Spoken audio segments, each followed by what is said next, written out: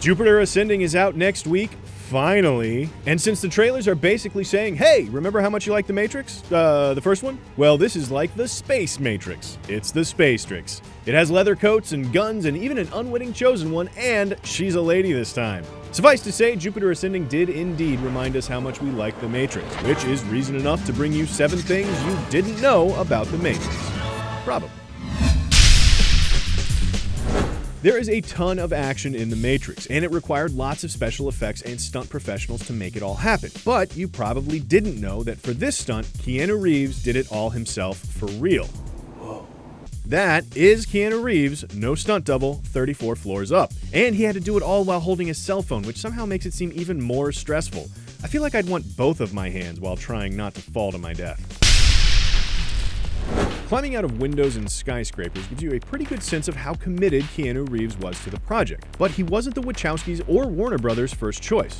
The Wachowskis were set on Johnny Depp, and Warner wanted Brad Pitt or Val Kilmer. Obviously, none of those guys worked out. But Nick Cage, Tom Cruise, Leonardo DiCaprio, Ewan McGregor, and Will Smith also turned down the role before Keanu became the one. I don't believe it. By the way, Will Smith passed on it so that he could do Wild Wild West instead. Totally worth it. Damn. And speaking of excellent decision-making, Jean Reno turned down the role of Agent Smith to be in Godzilla. Bonus thing you didn't know. Also, come on, Jean Reno! You're supposed to be the professional. Well, thank you very much. The Wachowskis play with the idea of The Matrix repeating a program a few times in the movie. There's the scene with the cat. Deja vu. Or this scene in the training program. What you probably never noticed is we see many of the same faces repeating in this scene, but didn't notice because of, well, her. Rather than using special effects or trick photography, they simply cast identical twins to create this effect of a repeating program. We get a set of twins here, with this guy in the sunglasses, and then his twin brother playing a cop writing a parking ticket. More twins here with the sailors. Then we see this lady and see her again, or her sister anyway, a few seconds later. Hey, if using twins instead of expensive special effects is good enough for James Cameron, it's good enough for the Wachowskis, right?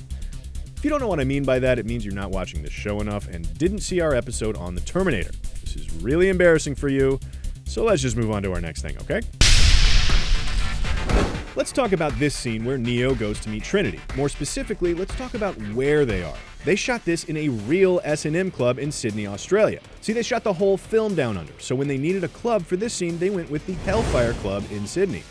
And all of the extras are real Hellfire Club goers who provided their own costumes. It probably helped save the Wachowskis a lot of money on whips and ball gags. That stuff really just eats through your budget. Did you know that The Matrix got sloppy seconds from the 1998 film Dark City? Some of the buildings and exterior sets from Dark City were repurposed for The Matrix, like these rooftops that Trinity is running across right here. They're the same ones in this scene from Dark City. By the way, you remember Dark City, you guys? I completely forgot that movie even existed. And Rufus Sewell! I completely forgot that guy even existed. Whoa, sorry. Got lost in Rufus Sewell's eyes there for a moment. Moving on.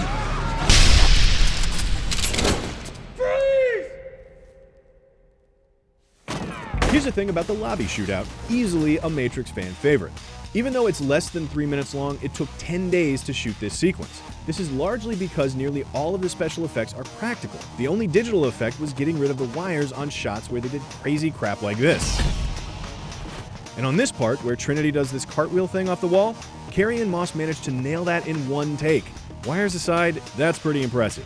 Plus, it saved the Wachowskis half a day's worth of resetting the destroyed columns for a do-over, which makes Carrie Ann Moss almost as helpful as all those S&M folks at the Hellfire Club. Neo spends a decent chunk of The Matrix getting his ass kicked, then learning how to kick ass, and eventually kicking some serious ass. But most people don't know that all throughout filming, Keanu Reeves had a problem with kicking ass, because he literally could not kick.